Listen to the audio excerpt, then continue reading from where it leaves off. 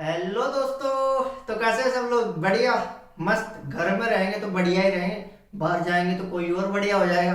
तो घर में रहना, पढ़ना और सोना, दो ही काम बचे की जिंदगी में। इसके अलावा वो तीसरा है नहीं अभी। बाकी बाद में तो काफी काम हो जाएंगे। तो आज हम देख रहे हैं कैपेसिटर का नया वीडियो। कैपेसिटर संधारित्र बोलते हैं जैसे हिंदी में। इससे पहले वाले वीडियो में क्या क्या देखा था हमने? कैपेसिटर की बेसिक जानकारी कंप्लीट की थी अपन ने कि कैपेसिटर क्या होता है, कितने टाइप्स का होता है, ये किस प्रकार एनर्जी को स्टोर कर सकता है, और उस पर बेसिक क्वेश्चन फोर्स वगैरह कैसे बना सकता है इस पे क्वेश्चन। तो आज देखेंगे अपन इस पे क्या, जब दो कैपेसिटर्स को जोड़ते हैं तो किस प्रकार से जोड़ सकते हैं और उनके जोड़ने से क्या क्या होगा, वो सब देखेंगे। और साथ में क्वेश्चन भी डिस्कस करेंगे, जो पहले वाले लेक्चर में बता दिया उसके क्वेश्चंस आज डिस्कस कर लेंगे। तो फिर शुरू करते हैं अपने YouTube channel school stream doubt पर। तो आज देखते हैं कि जब मान लो कि अपने पास कोई भी दो कैपेसिटर्स होते हैं, उनको जोड़ देते हैं तो क्या होता है। तो उनको जोड़ते हैं तो एक नया टॉपिक निकल के आता है अपनी जिंदगी में, अपना सिलेबस इंक्रीज होता है। अपने लेवल से काम की बात है। सबसे पहले क्या होता है कि एक आता है कॉमन पोटेंशियल, ये नाम आता है। फिर एक, या फिर इसे क्या बोल देते हैं, बढ़िया नाम और दे देते हैं सस्ता सा, एनर्जी लॉस।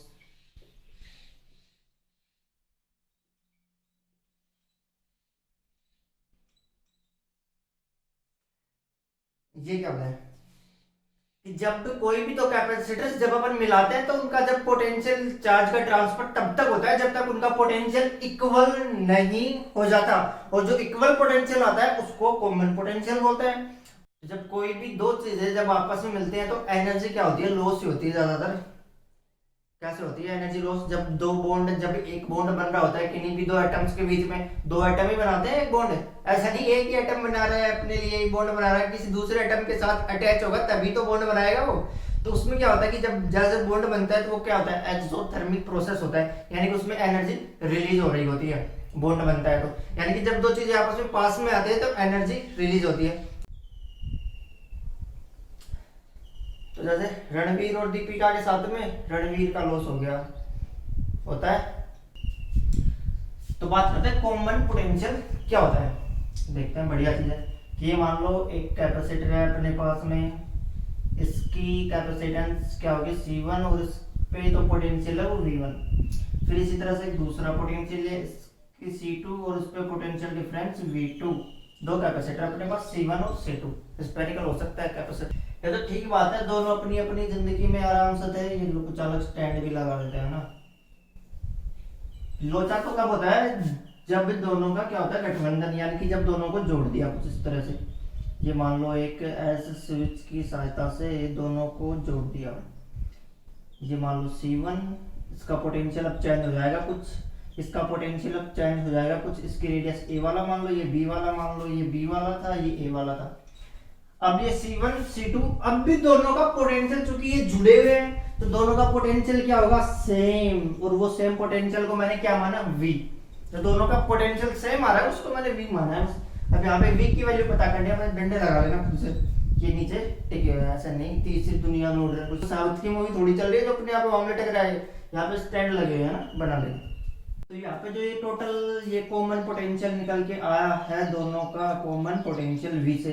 तो V क्या होता है, पोटेंशियल क्या होता है अपने पास में, net charge upon net capacitance. C से डिनोट कर रहा है ना, नेट चार्ज को Q से कर लो। चलो कैपेसिटेंस लंबा सा लिखनी है ना, नेट चार्ज यहाँ पे ये क्या है, नेट कैपेसिटेंस, ये नेट चार्ज। क्यों कहां से आ रहा है, ये Q इक्वल टू क्या होता है, CV तो होता है, तो V इक्वल टू क्या आ गया, Q बाई C। यानी कि Q पोटेंशियल डिफरेंस क्या आ रहा है, यानी कि total charge upon total capacitance उसकी। तो यहाँ पे दोनों को मिला रहा है, तो यानी कि दोनों का टोटल चार्ज और दोनों की कैपेसिटेंस, ये बात है। अब दोनों का टोटल चार्ज कितना, यहाँ पे जितना चार्ज था चार्ज तो उतना ही रहना है। भी दोनों को मिला करके चार्ज तो कांस्टेंट है ना। कांस्टेंट कैसे, आगे संरक्षण नियम से लगाएंगे तो एक पूरे सिस्टम के लिए चार्ज तो कांस्टेंट ही रहना है। इसका निकल के कुछ इस पे गया होगा या फिर इसका निकल के इस पे आएगा, उससे कोई फर्क नहीं पड़ता, दोनों के पास है तो कांस्टेंट अभी भी। इसने मान लो 10 दिए इसके पास, इसने मान लो 10 माइक्रो कूलम दे दिया इसको, लेकिन है तो एक ही घर में अभी है, तो चार्ज का कोई लॉस नहीं हो रहा। तो यहाँ पे नेट चार्ज क्या लिख सकता हूँ मैं कि मान लो पहले Q1 था, दूसरे में Q2 था, और टोटल यहाँ पे कैपेसिटेंस कितनी आ गई C1 plus C2। Total capacitance कितनी होगी C1 प्लस C2। बस ये आ गया यहाँ पे कॉमन पोटेंशियल का फॉर्मूला निकल करके। कॉमन पोटेंशियल इसको और बढ़िया लिख देंगे तो Q इक्वल टू क्या होता है CV, यानी कि C1 V1 plus C2 V2 upon C1 plus C2। ये आ गया और बढ़िया फॉर्मूला। फिर इसको C की टर्म में ही चेंज कर रहे हैं, तो C की टर्म में चेंज करेंगे तो V इक्वल टू क्या होता है Q बाई C। तो यहाँ पे फिर से V1 Q1 by C1 Q2 by C2 लगाओगे, फिर यहाँ से आ जाएगा चार्ज में चेंज हो जाएगी वो चीजें। तो यानी कि जैसा ऑप्शन में दिया होगा अपने को उस हिसाब अकॉर्डिंग चेंज कर सकते हैं अपन इसको, जिधर मर्जी इसको घुमा सकते हैं। ये न्यूट्रल। तो ये आया कॉमन पोटेंशियल का फॉर्मूला निकल कर। क्या फॉर्मूला है? कुछ नहीं है, total charge upon total capacitance. बस ये याद रखना, ये मत याद रखना। तो चलो ये आया कॉमन पोटेंशियल का। फिर इसमें मैं एनर्जी लॉस भी लिख रहा हूँ, यानी कि ये जब दोनों मिल रहे हैं तो कुछ ना कुछ एनर्जी का तो लॉस होगा। वो कितनी एनर्जी, यानी कि यहाँ पे रणवीर कौन सा है वो देखना है। तो यहाँ पे एनर्जी लॉस, तो एनर्जी कैसे होती है कैपेसिटर में, मैं एनर्जी लॉस को यू से डिनोट कर रहा हूँ, यानी कि कितनी एनर्जी लॉस हुई यू से। पोटेंशियल एनर्जी होती है जो लॉस होना होगा, इसी का होगा। तो यानी कि you final minus you initial. Final कैसे थी पीछे मत करना, मैं यहाँ पे बना रहा हूँ ना। जब इन दोनों को ऐड कर दिया, ये ए वाला ये बी वाला, इसका C1 इसका C2, दोनों का पोटेंशियल V, ऐसे था कुछ। अब इसकी जो क्या पोटेंशियल एनर्जी है वो कितनी है, और पहले इन दोनों की जो अलग अलग पोटेंशियल एनर्जी थी वो कितनी थी, उसमें से क्या कर लेंगे अपन C2 V2 ये था। यानी कि अपन देख ले कि ये पहले इनके पास पोटेंशियल एनर्जी ज्यादा थी जब ये अलग अलग थे, या फिर अब ज्यादा है जब ये दोनों एक साथ जुड़ गए। तो यहाँ पे एकता वाला सिस्टम नहीं देखना, एकता यानी कि दोनों ने कुछ ना कुछ ट्रांसपोर्ट का खर्चा किया है, एनर्जी लॉस हुई है, यहाँ पे एनर्जी कम होती है फाइनल में, ये माइनस में आती है वैल्यू ना। और C1 V1 C2 V2 पहले अलग अलग थे, तो देख लेते हैं। तो यू फाइनल को कैसे लिखते हैं, हाफ और हाफ CV स्क्वायर लिखते हैं अपन जनरली। यू क्या होता है potential energy in capacitor, half CV square. C क्या होता है कैपेसिटेंस, V क्या होता है वोल्टेज डिफरेंस। तो पहले क्या था, अब बाद में क्या हो गया, C की वैल्यू C1 प्लस C2 और V की value V square. Half C1 plus C2 V square ये होगा। और इनिशियल में कितनी थी, इनिशियल में थी half C1 V1 square plus half C2 V2 square. ये U इनिशियल में थी और ये U फाइनल में आ गई। बस ये देख लो, ये काम करना है। अब इन दोनों को करेंगे अपन, क्या करेंगे, U एनर्जी लॉस कितना आ रहा है मेरे पास में, माइनस करेंगे, फाइनल कितना हो गया हाफ C1 प्लस C2। और मैं V की जगह क्या लिख सकता हूँ, V की जगह इक्वल पोटेंशियल कितना आया था मेरे पास में C1 V1 plus C2 V2 upon C1 plus C2, यहाँ पे लिख रखा था, पीछे करोगे तब मिलेगा। तो जो इक्वल पोटेंशियल या कॉमन पोटेंशियल मिला था वो कितना था C1 V1 plus C2 V2 upon C1 plus C2। इसका कर दो होल स्क्वायर, इसका कर दिया मैंने होल स्क्वायर, ये तो था V स्क्वायर। इसको माइनस में लिख देंगे अपन, ये माइनस में कितना हो गया हाफ, कॉमन ले लो यहाँ से, तो क्या लिख सकता हूँ मैं यहाँ से C1 V1 square plus C2 V2 square. ये दो चीजें यहाँ से लिख दी मैंने। अब इसको आगे सोल्व करेंगे अपन, बच्चों का काम हो गया, जो सोल्व करते रहो काम होता रहेगा। C1 प्लस C2 से ये वाला कैंसिल आउट हो जाएगा, C1 V1 स्क्वायर यहाँ पे बच जाएगा, C2 V2 स्क्वायर यहाँ पे बच जाएगा। फिर क्या करेंगे, छोड़ देंगे, इससे आगे कुछ नहीं करेंगे। तो यहाँ पे इसको सोल्व करने पे क्या मिलता है half C1 C2 upon C1 plus C2 और ये V1 square minus V2 square, ये फॉर्मूला मिलता है क्या half C1 C2 upon C1 plus C2 V1 square minus V2। मैं बताऊं ना, तो ये याद करना है ना आपको ये याद रखना, आपको सिर्फ ये याद रखना है कि एनर्जी लॉस कितना होता है, you final minus initial. Final में कितना है ये कैलकुलेट कर लो, इसमें कुछ रटना है नहीं, आपको बताई हुई चीज है यहाँ पे, उसी को तो आगे लिखना है। इनिशियल में कितना है वो लिख लो, माइनस कर दो फटाफट। इस फॉर्मूले में लगाओगे तो आपको C1 V1 यानी कि जब C1 और V1 गिवन होंगे आपको, तभी आप इस फॉर्मूले में लगा सकते हो। इससे बढ़िया तो आप इसी फॉर्मूले में लगा के काम हो जाएगा आपका। एक ही बात है, जो मर्जी आपको पसंद आए वो कर लेना, बस फॉर्मूला निकल के ये आता है। तो ये तो याद रखना नहीं है, ये याद रख लो एनर्जी लॉस क्या होता है, फिर अपने आप क्वेश्चन बनने लग जाएगा इससे। तो अब चलते हैं अपने मेन मुद्दे पे, जिस पे बात करनी थी अपने को। समझने समझाने वाली तो काफी पहले की कहानी होगी ना, समझ में सबको आ जाता है। कैसे आप कोई बहस के बाबा तो हो नहीं कि समझ में ही नहीं आएगा आपको, दिमाग बेच के आ गया कहीं पे, रेडी लगा दी बेच दिया, ऐसा तो है नहीं। दिमाग है सबके पास, समझ में आ जाता है। बात आती अप्लाई करने की, आप उस चीज को अप्लाई किस टाइम पे और कैसे कर रहे हैं। अप्लाई, और अप्लाई करना कहाँ से आएगा? क्वेश्चंस करने से, सोने से तो आएगा नहीं। प्रैक्टिस करोगे, प्रैक्टिस किसकी करोगे? क्वेश्चंस करने की, तो उससे समझ में आएगा। यानी कि जब बच्चे छोटे होते हैं, यानी कि ये 8 9 वाले तक मान लो, LKG UKG से लेकर नर्सरी से 9 तक मान लो, उसमें क्या होता है उस टाइम पे बच्चों में याद करने की कैपेसिटी काफी ज्यादा होती है, लेकिन समझ नहीं पाते हैं वो चीजों को। याद करते हैं, रट सकते हैं, एक तरह से ये कह सकते हैं, उनको वहां पे समझ में कम आता है। लेकिन जैसे जैसे बढ़िया क्लासेस में जाते जाते हैं, बड़ी क्लासेस में, उसमें क्या होता है उनको समझ में सब आ जाता है, लेकिन याद नहीं रख पाते हैं, वो चीजें याद नहीं कर पाते, समझ में सब आ जाता है। तो मेन प्रॉब्लम क्या है अपनी? याद करने की। याद कैसे रखेंगे? प्रैक्टिस करने से। और प्रैक्टिस किसकी करेंगे? सोने की। कौन सा सोना? Gold, old is gold. वही क्वेश्चन प्रैक्टिस करो, यही सबसे बढ़िया मेथड है। अप्लाई करना आपको जल्दी आएगा, और आप सीखोगे कि किस टाइम पे कौन सा मेथड अप्लाई करना है अपने को। ये प्रैक्टिस से होते हैं ये सबसे। तो क्वेश्चन प्रैक्टिस करें, फिर देखते हैं क्वेश्चन नंबर 1 आज का। तो सबसे पहले देखते हैं कैपेसिटर दुखी का क्या करता है। इसको सबसे बढ़िया यूज दे रखा है मैकेनिक्स में। मैकेनिक्स में क्या है, न्यूटन अंकल, उसमें इसको लगा देते हैं, जहां मर्जी फिट कर देते हैं। तो इसी का क्वेश्चन देख लेते हैं कि उसमें किस प्रकार से होगा। मैकेनिक्स में देख रहे हैं कैपेसिटर सबसे पहले। तो उसमें क्या होता है मैकेनिक्स में, अपने पास में क्या होता है, इस तरह से। याद आया कुछ? क्या बना दिया मैंने गोले से? गिरनिया। हाँ, इन्हीं के ऊपर से चलता है सब कुछ। इधर मान लो कि एक M2 मैंने कुछ लटका रखा है, M2 मास ऐसे लटका रखा है। फिर इसको एक ही स्ट्रिंग की सहायता से कनेक्टेड है, हेल्प से, और फिर यहाँ पे मैंने कैपेसिटर कर लिया। क्या कर दिया? एक कैपेसिटर बना दिया इस तरह से, और यहाँ पे कैपेसिटर को फिक्स कर दिया।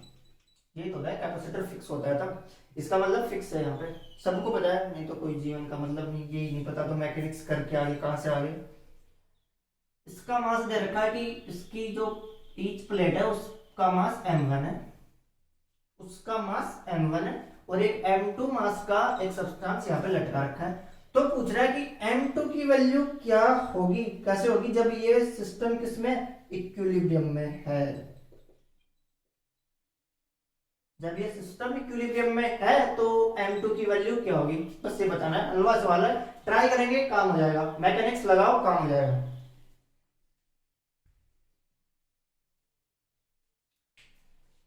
तो हो गया सबका? नहीं हुआ तो कर लो, मैं शुरू करता हूँ अपने यहाँ पे, है ना। तो यहाँ पे देखो, इसकी बना लो FBD, सबसे पहले वही होता है।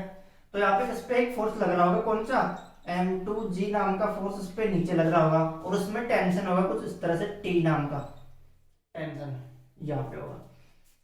फिर देखते हैं M1 पे आप बात करते हैं, तो M1 पे इस प्लेट पे एक फोर्स तो M1G लग रहा होगा।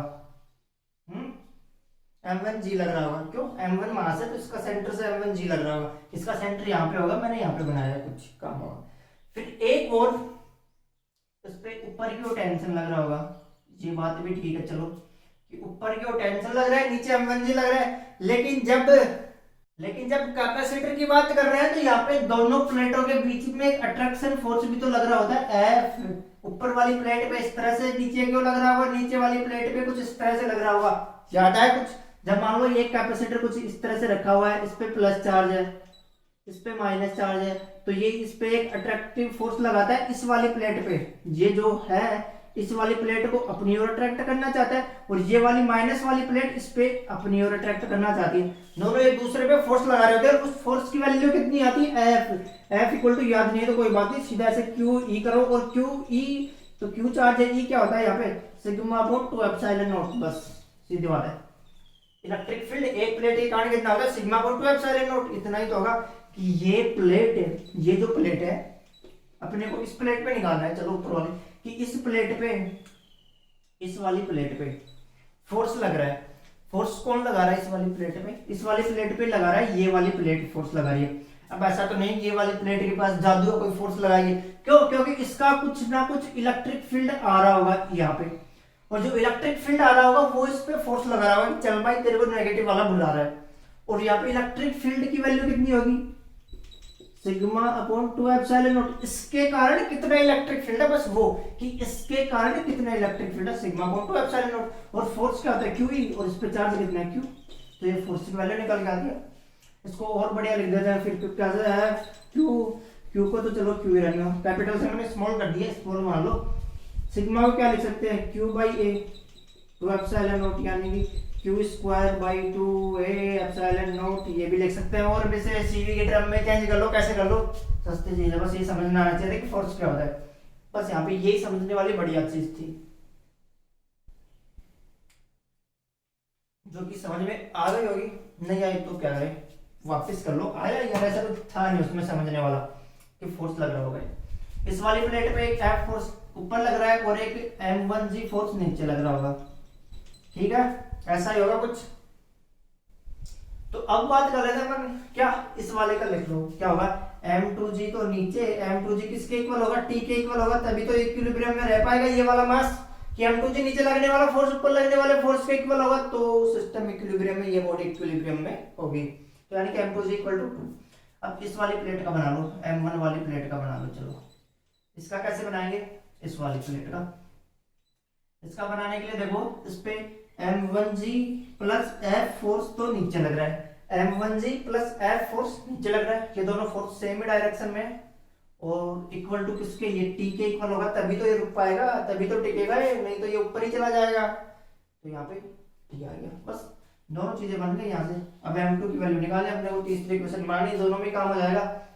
तो यानी कि यहाँ से m1g और f की वैल्यू क्या होगी, q square upon 2a epsilon not equal to t।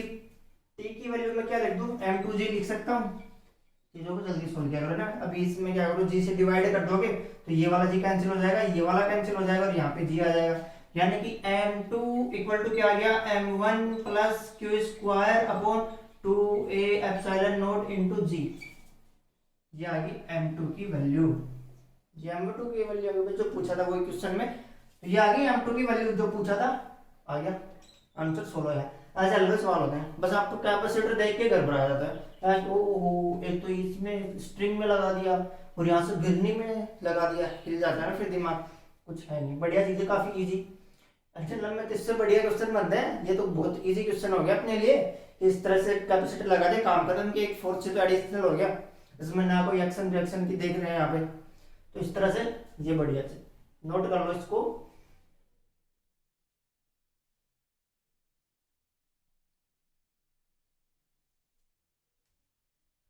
तो मैकेनिक्स में एनएलएम में इसको घुसाएगा तो ऐसे क्वेश्चन बना देगा एक दो, है? फिर मैकेनिक्स में एक और आती है स्ट्रिंग अपने पास में, स्ट्रिंग में भी कई बार कैपेसिटर डाल देता है, तो उससे क्या होगा वो भी देख लेते हैं। ये नोट कर लो सबसे पहले,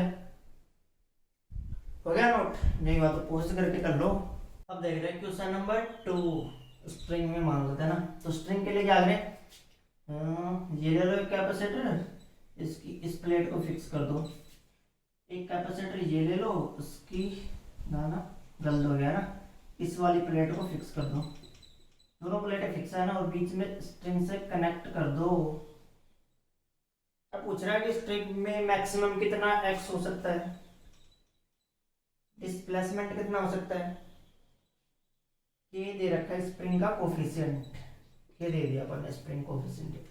तो क्या करें, कुछ नहीं करना, देखो इस पे प्लस क्यू चार्ज होगा, इस पे माइनस क्यू होगा, इस तरह से इस पे प्लस क्यू होगा, इस पे माइनस क्यू होगा, ऐसे चार्ज होगा, सॉरी यहाँ पे माइनस होगा, यहाँ पे प्लस होगा, यानी प्लस वाले दोनों उसने क्या कर रखा है, और ये इन पे चार्ज डिस्ट्रीब्यूट दे रखा है, इस प्रकार से इन पे चार्ज है। तो अब क्या करेंगे, देखो वही स्प्रिंग को निकाल लो, इधर से आप वीडियो बना के आया हुआ स्प्रिंग, तेरा काम करते हैं पहले, स्प्रिंग को निकालो मैंने, कुछ इस तरह से स्प्रिंग होगी, ये लो, इस पे एक तरफ ऐसे फोर्स लग रहा होगा और एक तरफ ऐसे फोर्स लग रहा होगा, ऐसा कैसे, दोनों फोर्स सेम ही है, एरो बड़ा बन गया, वो सोच रहे हैं कि ज्यादा बड़ा, कुछ नहीं, दोनों एरो सेम है, इधर एफ लग रहा है तो इधर भी एफ ही लग रहा होता है, ये होता है स्प्रिंग में जनरली। तो यहाँ पे देखो क्या देखेंगे, यहाँ पे देखो वही F force, F force, F नाम का फोर्स, अट्रैक्टिव फोर्स, दो प्लेटों के बीच में कैपेसिटर के अंदर एफ फोर्स लग रहा होता है ना, दोनों प्लेटें एक दूसरे पे एफ फोर्स लगा दिए, वही एफ एफ। तो यहाँ पे यानी कि के एक्स यानी कि के एक्स इक्वल टू क्या हो सकता है, एफ एक्स इक्वल टू क्या आ गया, एफ वाई के, और एफ की वैल्यू क्या आई थी अपने पास, Q square upon 2a epsilon nought into K, ये लिख दो। सिग्मा की टर्म में दे रखा होगा, सिग्मा लिख दो। ऐसे ही तो करते हैं, ऐसे नहीं कि एफ एफ जीरो कर दिया, दोनों अपोजिट डायरेक्शन में एफ एफ जीरो कर दिया, या फिर और दिमाग लगा रहे हो कि स्प्रिंग को इस तरह से पकड़ के खींच रहे हैं अपन, तो क्या हो रहा है, स्प्रिंग पे एफ फोर्स इधर लगा रहे हो, एफ फोर्स इधर लगा रहे हैं, यानी कि 2f फोर्स लगा दिया, यहाँ पे गलत हो जाएगा क्वेश्चन। 2f वगैरह कुछ करोगे तो मैकेनिक्स सीखो है ना आराम से। क्या होता है कि ऐसे ही तो होता है कि अपन एक स्प्रिंग की सहायता से यहाँ पे स्प्रिंग को खींच रहे हैं अपन एफ फोर्स से, तो उसकी जो रिएक्शन मिलेगा अपने को, एक्शन रिएक्शन, इधर भी तो एफ ही मिलता है, फिर वही तो एफ मिलेगा एक रस्सी की तरह से, जितना फोर्स इधर लगाएंगे उतना फोर्स वो सेम डायरेक्शन में अप्लाई करेगा। तो यहाँ पे कंडीशन बनना है इस, तो ये आता है इनमें क्या हो गया, डिस्प्लेसमेंट कितना हो गया, के एक्स स्क्वायर, इसमें कितनी एनर्जी स्टोर होगी, तो हाफ के एक्स स्क्वायर होगा, एक्स की वैल्यू निकल गई, सारे काम हो जाएंगे स्प्रिंग में, क्योंकि एक्स ही होता है इसकी दुखती नस, इसी के टर्म में सब काम हो जाता है। तो ये देखो कुछ कैपेसिटर के यूजेस मैकेनिक्स में इस तरह से क्वेश्चन डाल सकता हो, तो क्या डालेगा। अब देखते हैं कि इसमें जो कैपेसिटर में फॉर्मूला बेस्ड क्वेश्चन होते हैं वो कैसे बनते हैं, तो उन क्वेश्चंस को देखते हैं अभी। फॉर्मूला बेस्ड क्वेश्चन इजी होते हैं, 30 सेकंड आंसर देना होता है उनका। देख रहे हैं नेक्स्ट क्वेश्चन, कोई भी 3 है ना, नेक्स्ट क्वेश्चन इसमें क्या कह रहा है कि a parallel plate capacitor, formula based question देखेंगे ना।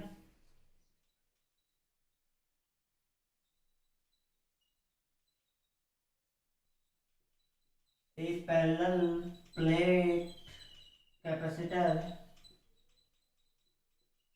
उनके बीच की डिस्टेंस सीधा लिख रहे हैं ना, डी दे रखा है 2 mm, यानी कि separation between two plates, D equal to 2 mm, और इज कनेक्टिंग, ये जो पैरेलल प्लेट कैपेसिटर है बाय 300 वोल्ट, 300 वोल्ट सप्लाई। तो पूछ रहा है कि इसमें एनर्जी डेंसिटी कितनी होगी,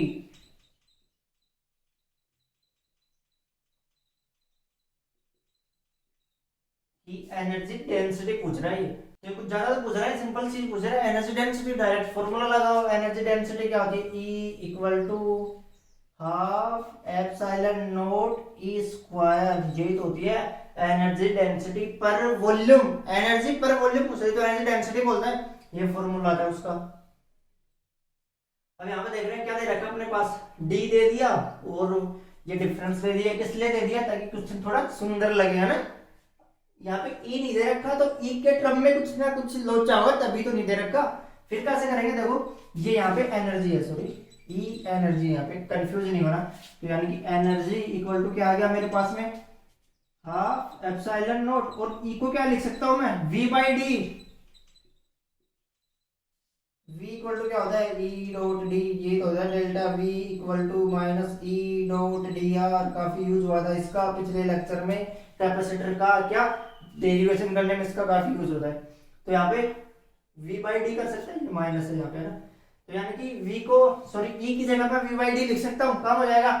और v यहाँ पे कितना दे रखा है 300, और ये कितना 2 दे रखा है, काम बन जाएगा सबका। तो e एनर्जी कितना आ गया, हाफ एप्सिलॉन नॉट, और v की वैल्यू कितनी है 300, ये 2 into 10 to the power minus 3, mm में दे रखा, तो मीटर में चेंज करेंगे, तो ये कितना हो गया 150, और ये ऊपर आ गया यानी कि प्लस 3, यहाँ से ये कर, यानी कि हाफ एप्सिलॉन नॉट, और 15 है कितना हो गया 2 2 5, और 10 टू द पावर 6, और 2 वो 8 हो गए, यानी कि 150, 15 के स्क्वायर 225, और यहाँ पे 1 0 3 और 1 4 हो गए, 10 टू द पावर 4, 4 का स्क्वायर 8 हो गया।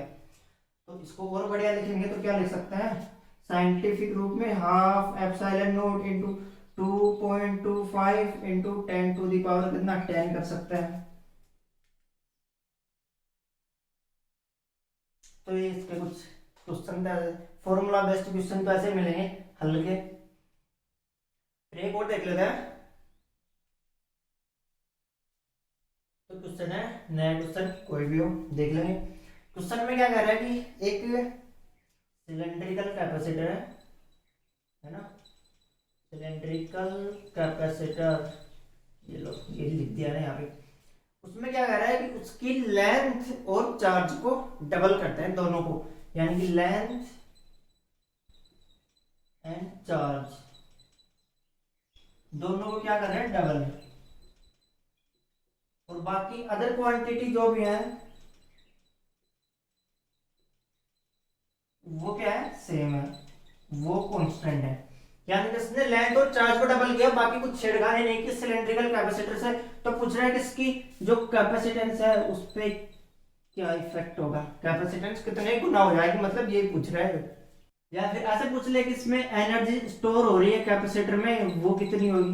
पहले मान लो E1 थी और कैपेसिटेंस C1 थी, अब E2 और C2 बता दो, यानी कि C2 E2 बता दो, तो क्या हो जाएगा, क्या हो जाएगा। तो आप लोग तो कांस्टेंट बताओगे, पता है। क्योंकि सिलेंड्रिकल कैपेसिटर का फॉर्मूला तो याद करना नहीं है अपने को। तो इसका जो सिलेंड्रिकल कैपेसिटेंस का जो फॉर्मूला निकल के आता है वो क्या होता है, 2 pi epsilon not ln r1/r2, कुछ ऐसा फॉर्मूला निकल के आता है। यहाँ पे L होता है 2 pi epsilon not ln r1/r2, ये तो होता है सिलेंड्रिकल कैपेसिटेंस का फॉर्मूला। याद कर लो, फॉर्मूला बेस्ड क्वेश्चन के लिए फॉर्मूला याद होना चाहिए। ऐसा नहीं वहां पे सिलेंड्रिकल के लिए ड्राइव कर रहे हैं, तुमसे तो ड्राइव भी नहीं होगा ये। इस तरह से होता है ना, वो क्या कैपेसिटर और बना देता है। चलो